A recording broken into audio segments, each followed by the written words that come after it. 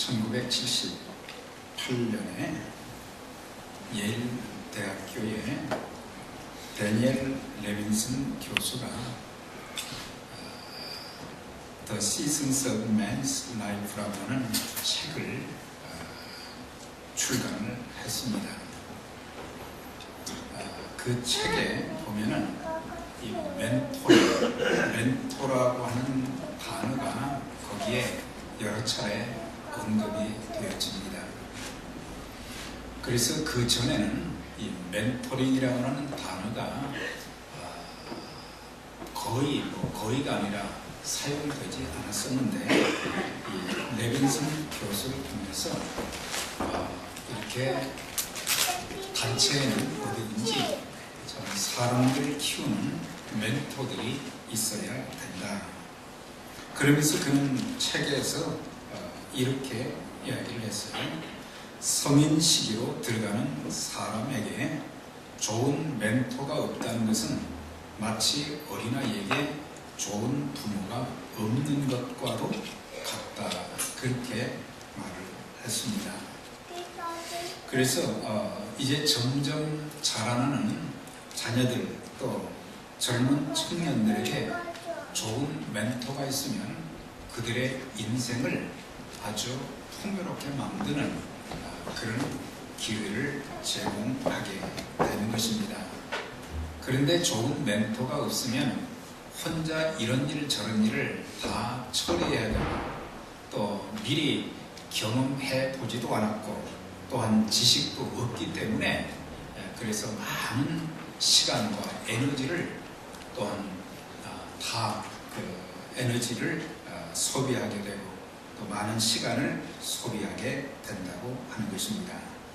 그래서 멘토라는 말은 최근 30-40년 전에 이제 사용이 됐는데 멘토라는 그 뜻은 현명하고 신뢰할 수 있는 충실한 조언자 또는 상담자.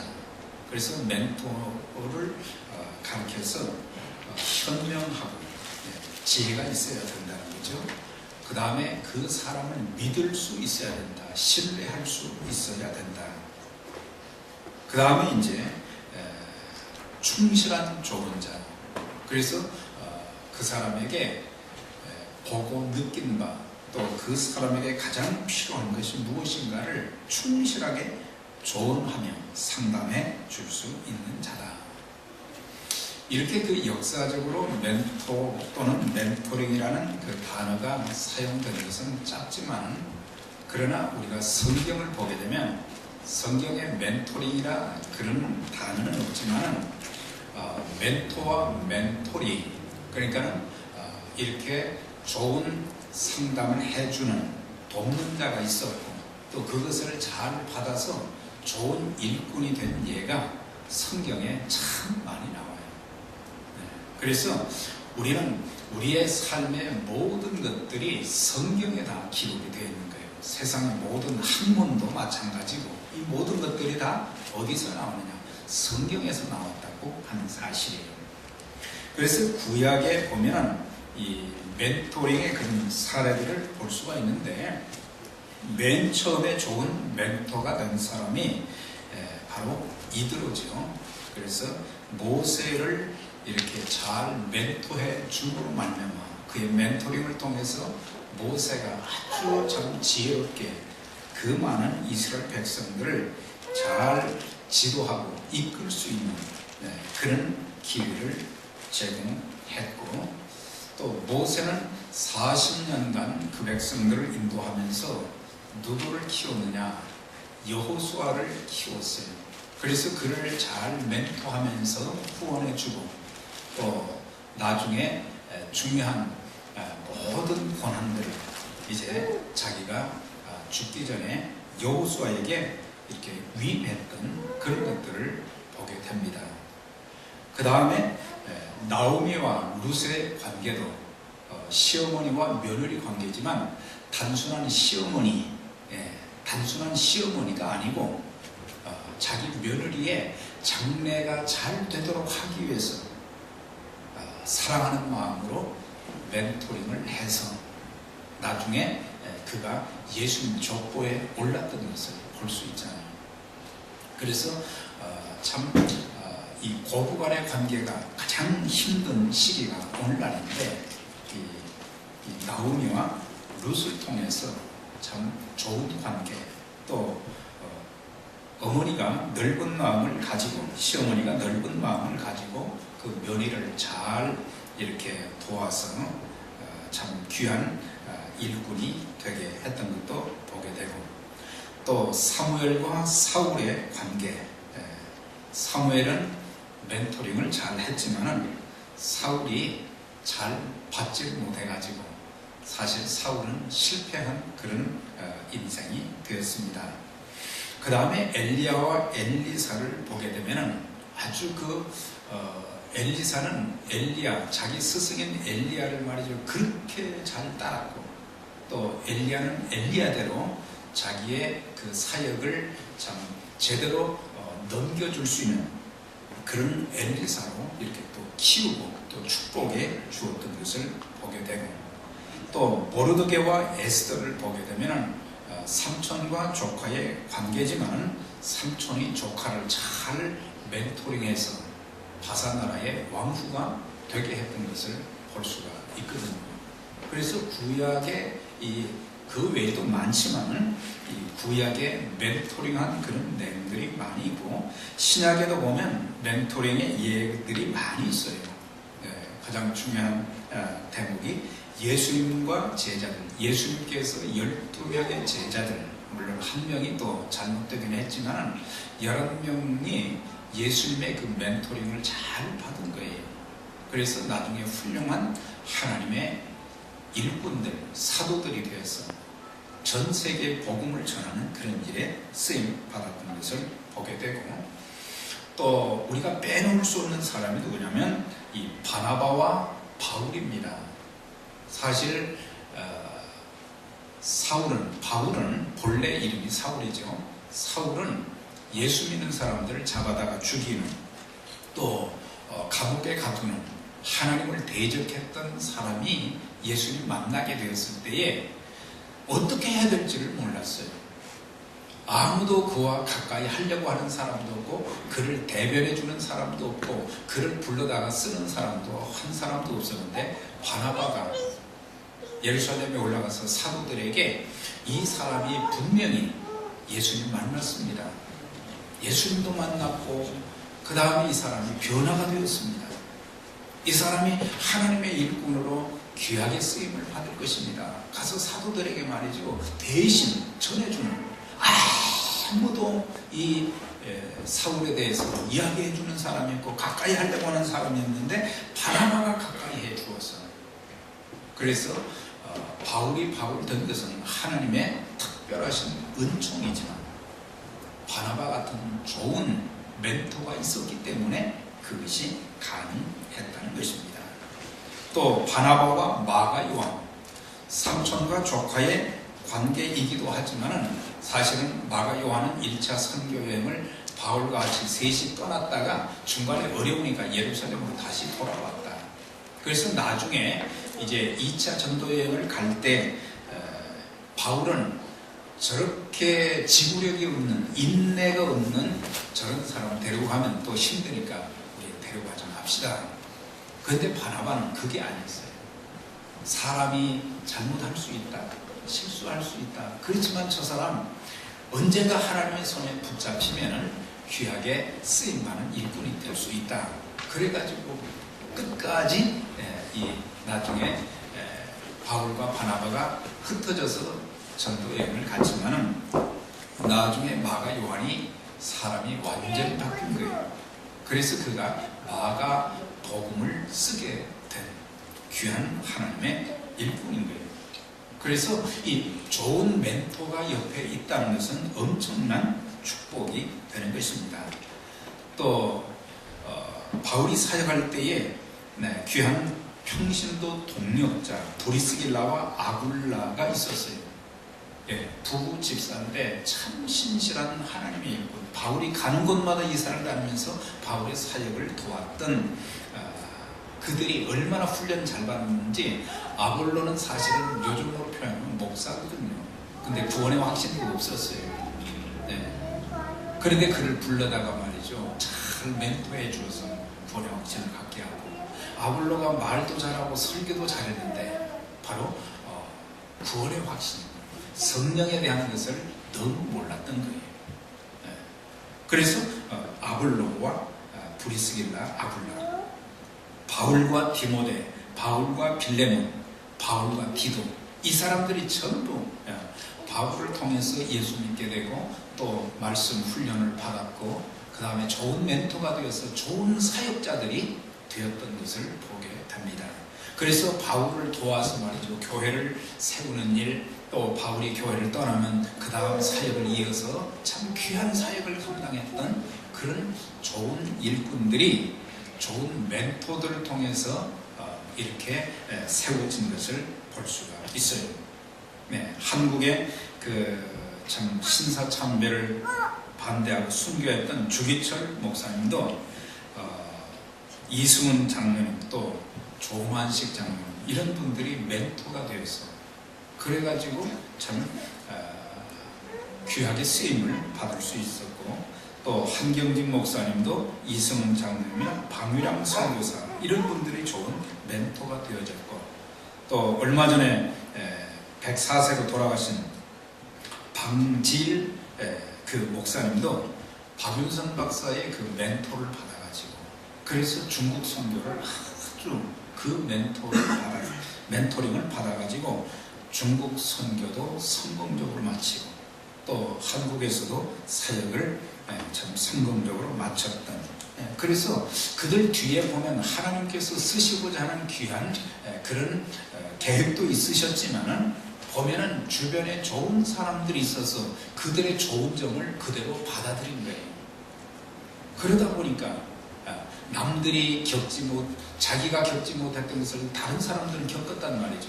자기가 알지 못한 것을 다른 그 멘토들은 다 알고 있거든요. 그러니까 그런 것들을 잘 받아들이다 보니까 좋은 일꾼들이 되어서 참 사람들에게 선 영향력을 끼쳤던 그런 것들을 보게 되는 것입니다. 그래서 오늘 그 출애굽기 18장에 보면은 이제 모세와 이드로가 이렇게 만나는 그 장면, 아름다운 스토리가 세 가지 있다고 그랬잖아요. 첫 번째는 이 모세가 자기 아내 십보라와 두 아들을 감격적으로 다시 만나는 그 장면.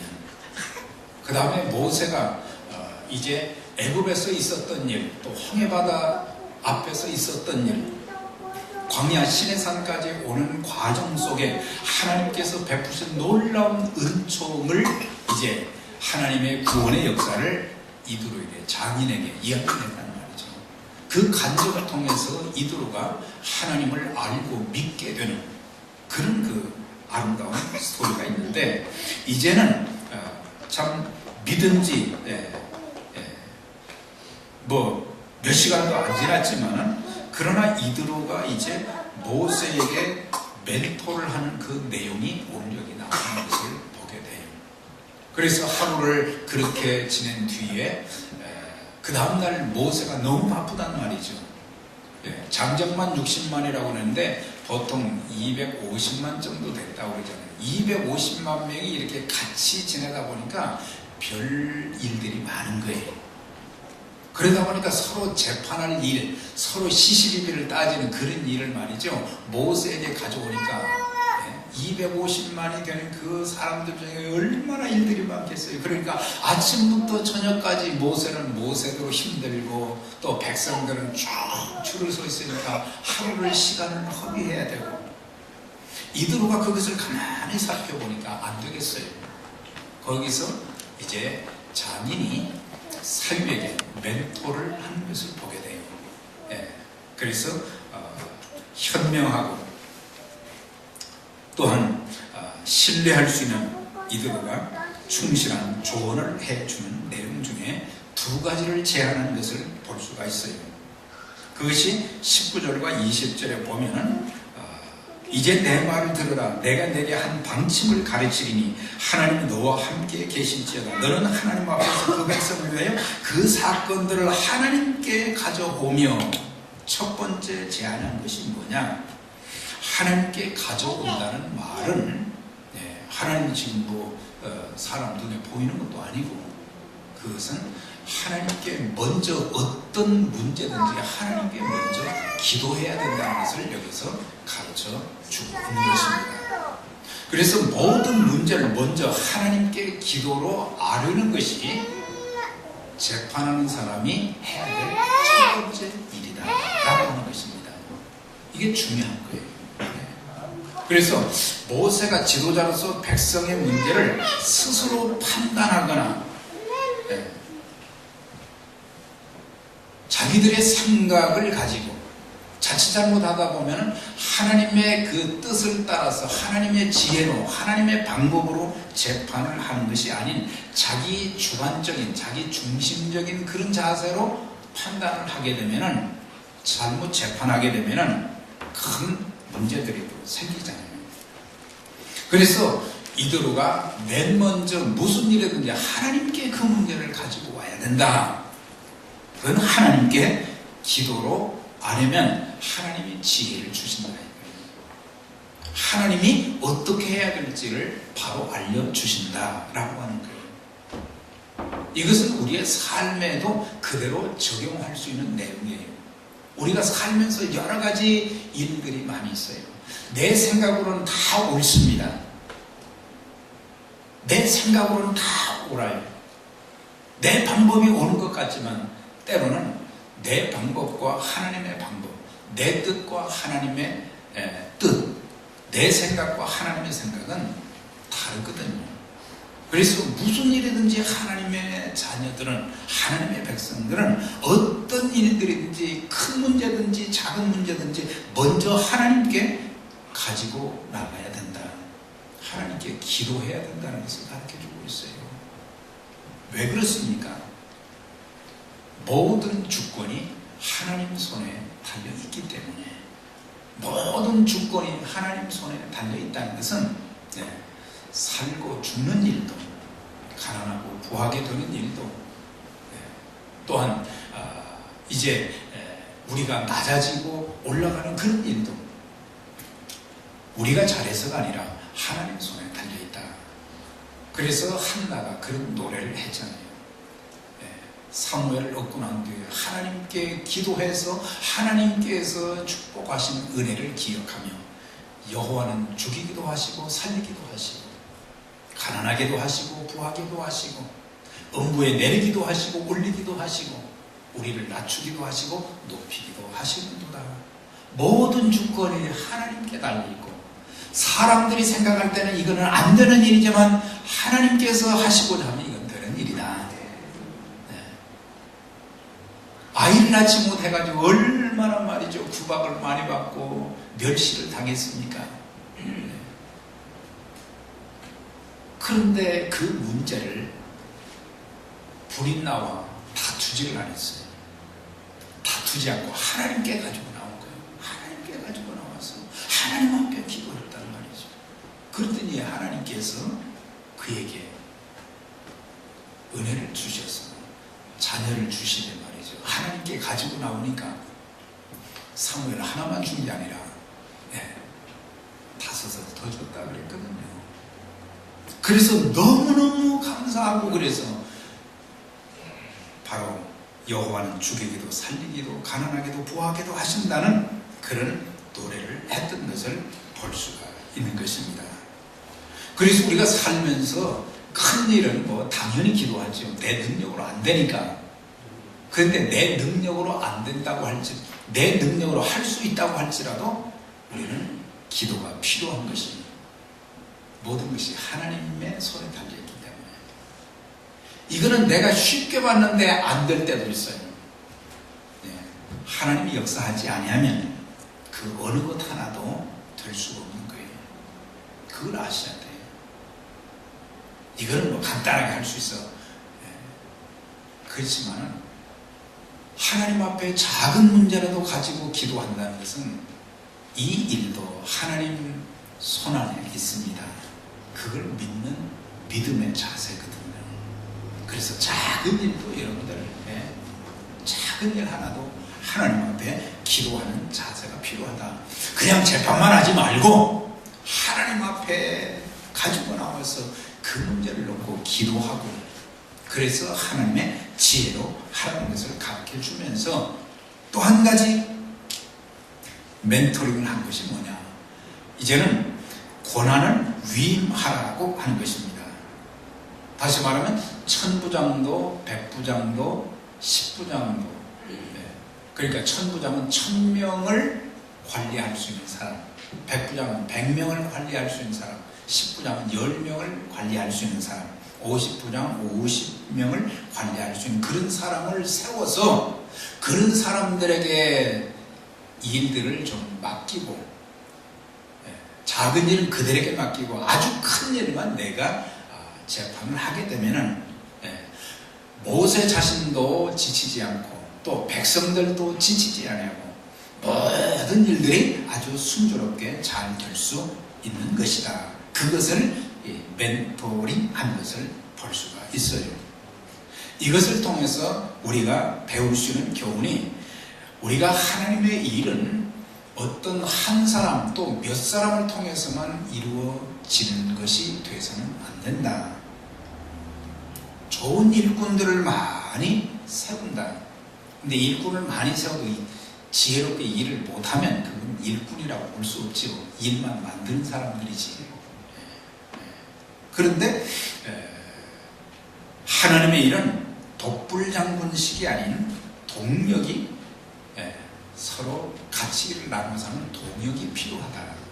하나님께서 천지 만물을 창조하실 때에도 보면은, 또 인간을 구원하실 때도 보면은 성부성자 성령 삼위 하나님께서 역사하시고 함께 동역하셔서 귀한 일을 이루신 것을 볼 수가 있습니다.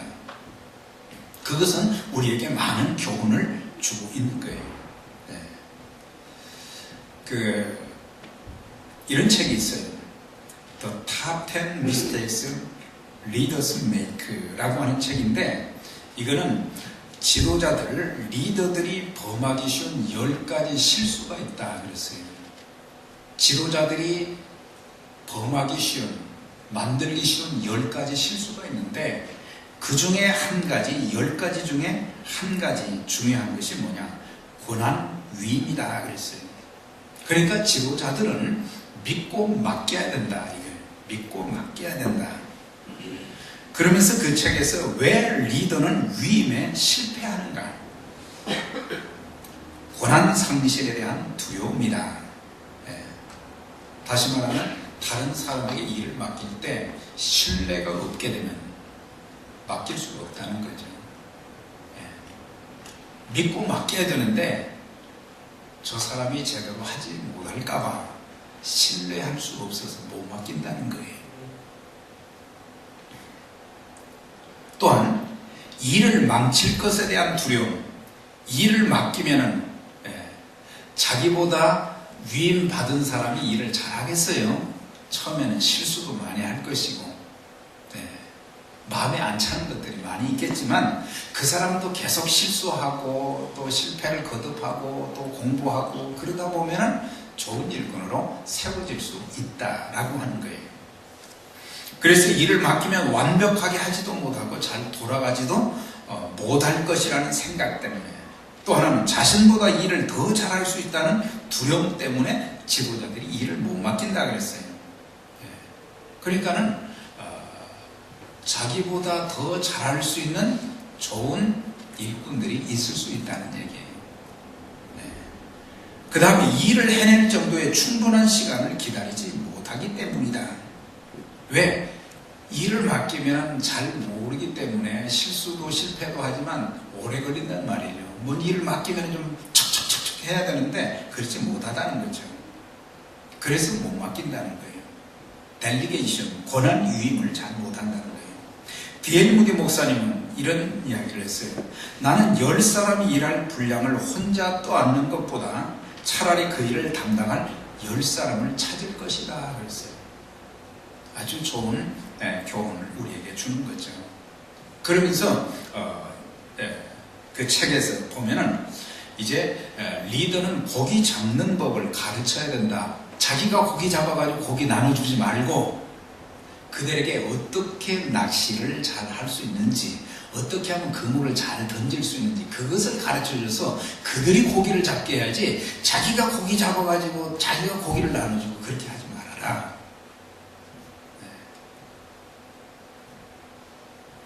그래서 이들의 충고는 분산해서 일하는 방법을 가르치라고 하는 거예요. 저는 지난주에 우리 교회 임직식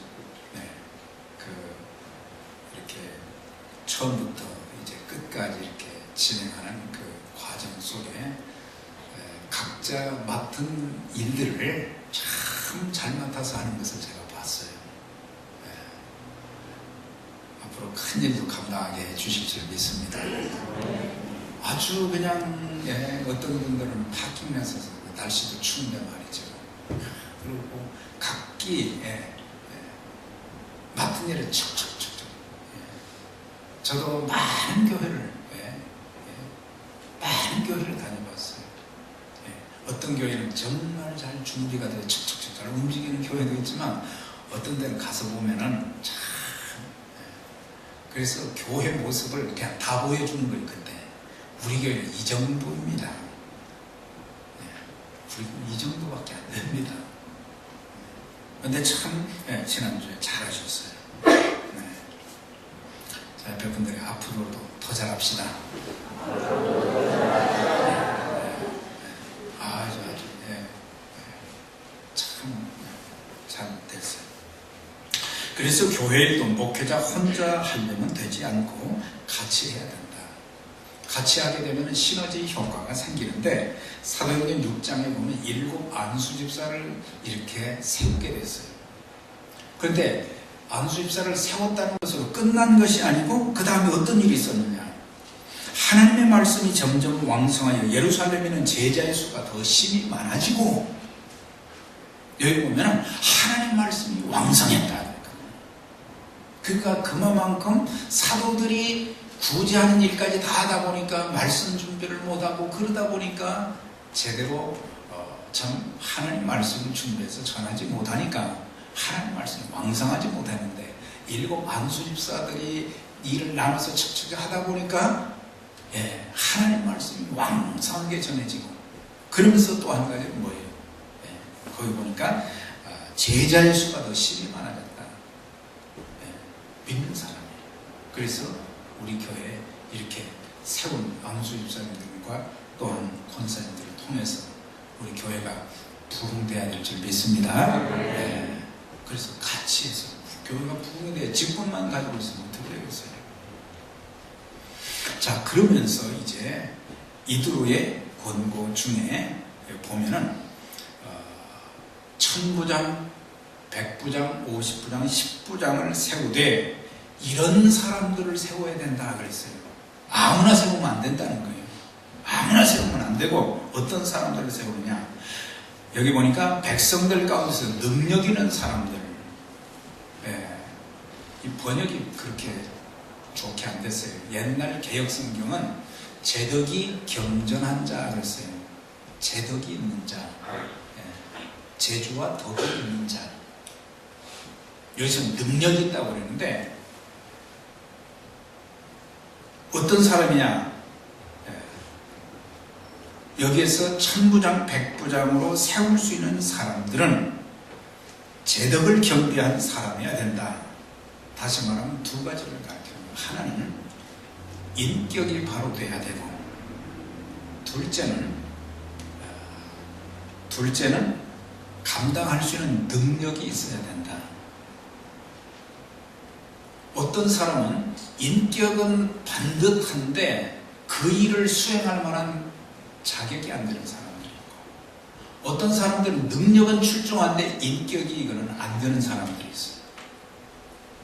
그래서 두 가지가 겸비된 사람들을 일꾼으로 세워야 그 일을 잘할 수 있다는 거예요. 인격이 성숙하고 그 다음에 어떤 일도 잘 맡아서 할 수 있는 그런 사람, 그런 사람을 지도자로 세워야 된다. 인격이 훌륭하지 못한 사람들을 직분을 줘놓으면 오히려 교회가 더 시끄러워질 요소들이 많이 있다는 거예요. 그러니까 그리스도의 인격과 그리스도를 닮은 인격과 그 다음에 그 일을 수행할 수 있는 능력, 그것이 겸비가 된다. 그래서 하나님의 일꾼들은 이 두 가지를 연말을 해야 되는 거예요. 내 인격이 성숙될 수 있도록 그 훈련을 해야 되고, 또한 어떤 사역을 맡겼을 때 그 일을 할 수 있는 능력을 배양시켜야 된다는 것입니다. 그렇지 않으면 직분만 가지고 평생을 있음들 그게 무슨 유익이 있겠느냐 말이죠. 그러면서 하나님을 두려워하는 자가 돼야 된다. 하나님을 두려워해야 된다. 하나님을 두려워하게 되면 함부로 안 하잖아요. 하나님을 두려워하는 사람은 사람도 깊이 생각할 수 있는 사람들이에요. 사람을 무시하지 않는 거죠. 사람 무시하지 않고 하나님의 관점에서 사람을 보는 거잖아요. 하나님의 관점에서 사람을 보니까 그것은 뭐예요? 가능성이 있다는 거죠. 사람의 관점에서 볼 때는 별로 뭐 지금은 쓸모가 없다 생각이 될지 모르지만 하나님의 관점에서 보면 하나님은 어떤 사람이든지 변화시킬 수 있고, 또한 그런 사람들을 통해서 하나님은 하나님이 하시고자 하는 일들을 이루어 가신다는 거죠. 그래서 그게 우리가 하나님의 일꾼을 키우는 때에 인내해야 되는 것은 그게 필요한 거예요. 기다려주는 것이 참 필요하다는 거예요. 즉각 그냥 칼로 치듯이 그러지 말고 기다려도 그런 자격이 안 되면 그거는 어떻게 할 수가 없는 거지만 하나님이 그렇게 만들어 주실 때까지 기다리고 훈련해야 된다. 그 다음에 진실무망해야 된다. 하나님의 일을 하는 사람들은 매사에 두 가지가 필요하다. 하나는 진실해야 되고, 그 다음에 성실해야 된다. 제덕이 겸비되면서 인격과 그 다음에 감당할 수 있는 능력도 필요한데, 일을 할 때에 진실되게 해야 된다. 얼마나 거짓이 많이 들어가 있어요. 오늘날 정치 지도자를 보면 전부 거짓말이에요. 진실해야 되고, 그 다음에 성실하다는 거죠. 신실하다는 거죠. 충성이라는 말이, 우리가 착하고 충성된 종, 그 충성이라는 말이 원문 성경에 보면은 이렇게 번역되어요. 하나는 믿음, faith, 믿음, 그 다음에 또 하나는 신실, 그렇게 되어 있어요. 그러니까 믿음은 하나님을 바라보고 한다는 것이고, 그 다음에 그 일에 최선을 다하는 신실함이 있어야 된다는 거죠.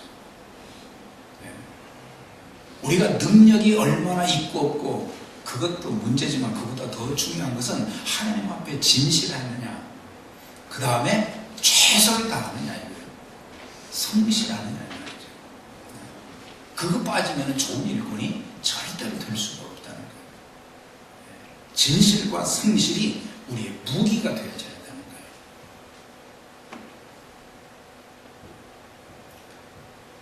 사무엘이 이스라엘 백성들이 은퇴하기 전에 그런 권면을 했어요. 그를 경외하며 너희의 마음을 다하여 진실히 섬기라. 하나님을 진실되게 섬기라. 역대하 34장에 보면 요시야 왕이 이제 그 성전을 이제 수리를 하면서 우상을 섬겼던 그 성전의 우상을 다 때려부시고 제거하고 성전 수리를 할 때 말이죠. 대제사장에게 많은 돈을 맡겼어요. 그리고 그 돈을 가지고 그 다음에 이 감독들에게 또 일을 하는 인부들에게 인건비를 다 이렇게 나눠주도록 돈 관리를 하라고 했어요. 대제사장한테는. 그 다음에 이제 감독들은 일을 제대로 할 수 있도록 감독을 잘 해라. 그런데 그 성경에 보니까 감독들, 대제사장, 돈 관리하는 사람, 또 일을 감독하는 감독, 그 다음에 인부들, 모든 사람들이 진실하게 그 일을 하니라 그랬거든요. 진실되게 했다는 거예요. 중요한 것은 진실과 성실이 빠지면은 그건 아무것도 아니라는 것입니다. 그 다음에 불의한 일을 미워해야 된다. 다시 말하면 물질에 욕심이 없이 청렴해야 된다. 지도자들이 가장 많이 범하는 죄 중에 두 가지가 성적인 문제와 물질 문제거든요. 돈 때문에 얼마나 많은 하나님의 종들이 넘어지고 얼마나 많은지 몰라요. 그래서 물질에 청렴해야 된다. 또 재판을 해야 되는데 돈을 가져오는 뇌물을 가져오는 사람들 있잖아요. 뇌물을 받고 재판을 굽게 해서도 안 되고 하나님 앞에서 하나님의 지혜로 하나님께서 올바른 판결을 하시도록 그렇게 지혜를 구하고 그래야지 돈을 받고 재판을 굽게 해서는 안 된다. 하나님의 지도자, 오늘날 지도자라고 하는 사람들은 많은데 참된 지도자들을 찾기가 정말 힘들어져가는 시대가 오늘날의 시대라고 하는 것입니다. 사무엘이 은퇴를 하게 됐어요. 은퇴를 하게 되었는데 은퇴식 때 사무엘상 12장 3절에 보니까 이스라엘 백성들 다 불러 모아놓고요. 내가 여기 있나니 여호와과 그의 기름 부음을 받은 자 앞에서 기름 부음을 누가 받았어요? 사울이 이제 왕으로 기름을 부었어요. 백성들이 있고 왕이 있어요. 내게 대하여 증언하라. 내가 누구의 소를 빼앗았느냐? 누구의 나귀를 빼앗았느냐? 누구를 속였느냐? 누구를 압제했느냐? 내 눈을 흐리게 하는 뇌물을 누구의 손에서 받았느냐? 그리하였으면 내가 그것을 너희에게 갚으리라. 혹시라도 내가 탈주한 것, 뇌물 받은 거 있느냐? 백성들이다. 아닙니다. 당신은 그렇게 하지 않았습니다. 백성들이 질문했거든요. 지도자의 아름다운 모습. 마지막에 이렇게 참 추해지면 안 되는데,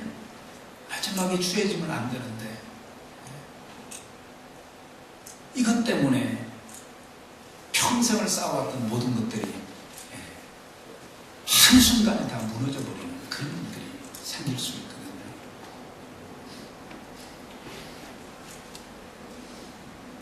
디모데전서 3장에도 보면은 집사를 세울 때 어떤 사람을 세우느냐? 정중하고 일구이언을 하지 않고 술에 인박이지 아니하고 부정직한 이익을 얻지 아니하고 물질에 대한 문제를 언급한 것을 볼 수 있습니다. 그래서 이도로가 이런 제안 두 가지를 했잖아요. 한 가지는 하나님께 가져가라, 하나님께 기도하라. 두 번째는 이렇게 재덕이 겸전한 자, 신앙과 인격, 그 다음에 그 일을 감당할 수 있는 능력이 있는 천부장, 백부장, 50부장, 10부장을 세워서 그들에게 일을 맡기라. 모세가 장인 이도의 말을 딱 듣고 나니까 그 맞거든요. 멘토링을 받았어요. 당신이 나보다 뭐 아는 것이 뭐가 있습니까? 그렇게 하지 않았어요. 겸손하게 받았어요. 겸손하게 받고 그대로 행하니까 모세도 힘들지 않고 백성들도 힘들지 않고 컴플레인이 없는 거예요.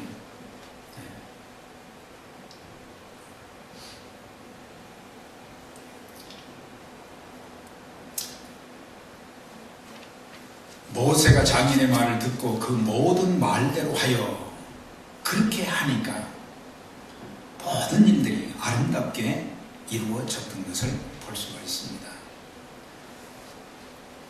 2015년도는 우리 한옥권의 표어는 평신도 지도자를 양성하는 교회다. 그렇게 적었어요. 다음 주부터 인쇄된 그 주보가 나올 겁니다. 아주 예쁘게 우리 안수 집사님들이 헌신하셔서 이제 주보가 다음 주부터 칼라로 이렇게 된 것이 나와요. 근데 거기에 이제 그 표어가 평신도 지도자를 양육하는 교회. 그래서 좋은 일꾼들을 잘 훈련시키면서 그들에게 델리게이션, 위임하는 일을 이렇게 하면 앞으로 하나님께서 또 여러분들이 돌볼 수 있는 많은 사람들을 보내주실 것입니다.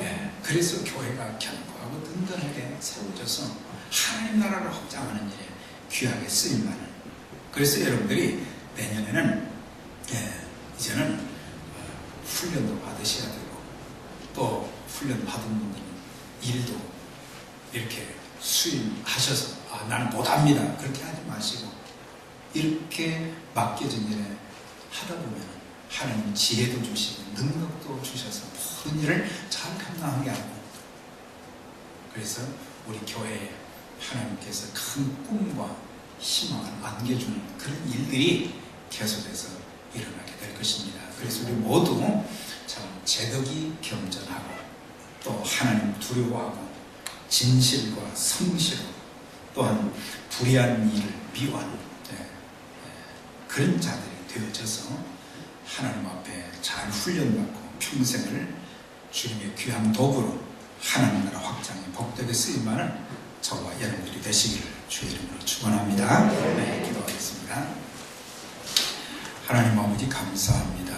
오늘도 하나님 이드루의 두 가지 제안을 모세가 잘 수용해야 해서 참으로 자신도 피곤하지 않고 또 백성들도 힘들지 않고 모든 일들을 순조롭게 불평 없이 잘 처리해서 참 하나님이 원하시는 그 방향으로 이끌어가는 것을 보면서 하나님 주님께서 우리의 영원한 멘토이신데 주님께서 우리에게 보여주시는 그 멘토링을 잘 받게 하시고, 또 우리 주변에 나를 참 이렇게 잘 상담해주고 또 멘토해 주시는, 좋은 멘토링 해줄 수 있는 그런 사람들을 허락해 주셔서 앞으로 주님이 원하시는 일에 더 귀한 모습으로 쓰임받고 하나님 나라 확장에 복되게 쓰임받는 우리 에베네셀의 귀한 또 안수 집사님들, 권사님들, 모든 집사님들, 성도님들 되게 하셔서 우리 교회에 새로운 참